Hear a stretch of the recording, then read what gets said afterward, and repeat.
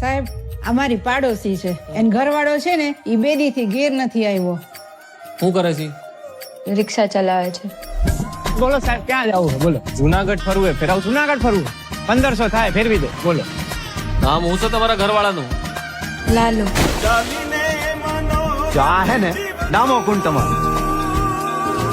ને આ ગિરનાર હિમાલય કરતા જૂનો ને આમ હે ને ઉપર પીપળો હે પ્રાચીન.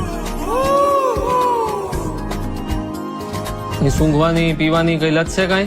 તમને ખબર પડે એમને ક્યાં હોદવા જવા અમારે? ક્યારેક ક્યારેક પીતા હતા. ક્યારેક કે રોજ?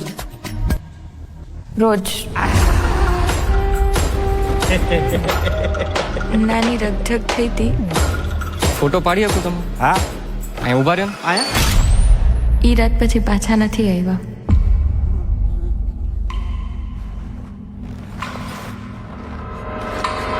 નમસ્કાર. સંસારનો આ નિયમ છે કે આપણે સૌએ કંઈક તકલીફો જોવી પડે. આયા હું હે ને ગઈકાલે આવ્યો તો ને ભરાઈ ગયો તો યાર કોકને મોકલો આયા હે ને લોક મારેલું હે ભાઈ. કંઈક ને કંઈક પ્રયત્નો કરતા રહેવાના.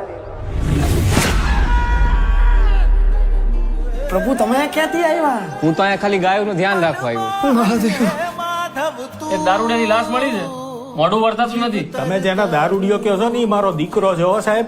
એ મારા ઘરે 5 વર્ષની દીકરી હે બાયડી રાહ જોતી હશે.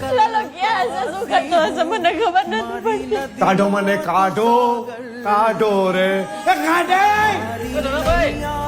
અને લાશનું મોઢું બતાવી દે.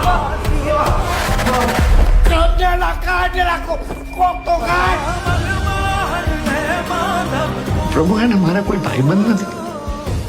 પ્રભુ તમે મારા ભાઈબંધ બનશો.